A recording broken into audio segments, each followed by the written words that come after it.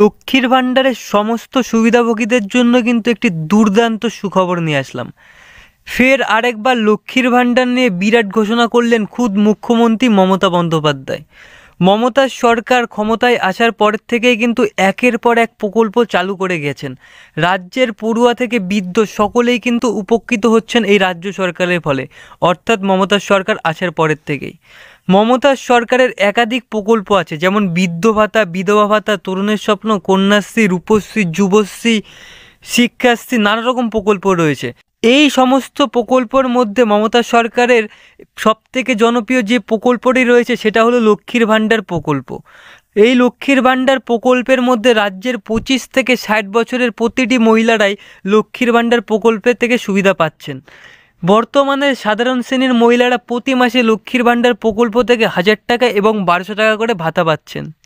তো এবার এই লক্ষ্মীর ভাণ্ডার প্রকল্পেই ভাতা বাড়তে পারে, শোনা যাচ্ছে নাকি সেটা 3 গুণ হতে পারে। ফলে মিলবে 3000 করে টাকা। তো বোঝা গেল যারা 1000 ও 1200 টাকা করে পাচ্ছে তারা 3000 টাকা করে পেতে পারে। এই বিষয়ে নিশ্চিত খবর যদিও মেলেনি, তবে ভাতা বৃদ্ধি যে পাবে তা কিন্তু মুখ্যমন্ত্রী খুদ নিজেই জানিয়েছেন। তো বোঝা গেল এখানে এখনও কোনো স্পষ্টভাবে ঘোষণা করা হয়নি, কিন্তু এই বিষয়ে যে ভাতা বাড়তে চলেছে অ্যাকচুয়ালি সেটা কিন্তু মুখ্যমন্ত্রী নিজেই জানিয়েছে। সদ্য এক লোকসভায় লক্ষ্মীর ভাণ্ডার নিয়ে বিরাট ঘোষণা করলেন মুখ্যমন্ত্রী। তিনি বললেন বাড়বে বয়সের সীমা। তো বোঝা গেল এখানে লক্ষ্মীর ভাণ্ডার যেহেতু 25 থেকে 60 বছর বাড়ছে, এই বয়স সীমা বেড়ে যাবে, সঙ্গে বাড়বে লক্ষ্মীর ভাণ্ডার প্রকল্পের ভাতার পরিমাণ। মুখ্যমন্ত্রী আরও বললেন, আপনারা কি জানেন আমি যেটা বলি সেটা করি? তো সেটা সকলেই জানে, মুখ্যমন্ত্রী যেটা বলে সেটা দুদিন আগে হোক বা দুদিন পরে হোক সেটা কিন্তু তিনি করেনি। সিদ্ধান্ত যেহেতু নিয়েছি, আর যিনি লক্ষ্মীর ভাণ্ডার প্রকল্প পাচ্ছেন তারা সারা জীবনই পাবেন। মুখ্যমন্ত্রী কিন্তু এটা সিদ্ধান্ত নিয়েছে যে লক্ষ্মীর ভাণ্ডার প্রকল্পের ভাতা বাড়াবে, সেটা আজ হলেও করবে, কাল হলেও করবে, এবং লক্ষ্মীর ভাণ্ডার প্রকল্পের থেকে যারা সুবিধা পাচ্ছেন তারা সারা জীবনই পাবেন, সেটাও কিন্তু তিনি জানিয়েছেন। মুখ্যমন্ত্রী আরও বললেন, এই লক্ষ্মীর ভাণ্ডার প্রকল্প অ্যাকচুয়ালি আপনাদের অর্থাৎ মা বোনেদের প্রকল্প। উত্তরোত্তর এই প্রকল্পটি বৃদ্ধি পাবে, লক্ষ্মীর ভাণ্ডারের সংখ্যা আরও বাড়বে।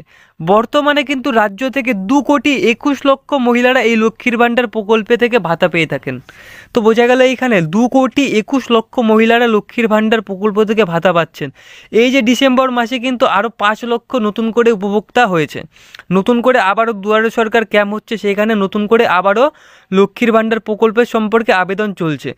তো দুয়ারে সরকার ক্যাম্প কোথায় কোথায় হচ্ছে এবং দুয়ারে সরকার ক্যাম্পে কী কী সুবিধা রয়েছে সেটা জানতে হলে এই যে ভিডিওটি দিচ্ছি এই ভিডিওটিতে আপনারা দেখতে পারেন।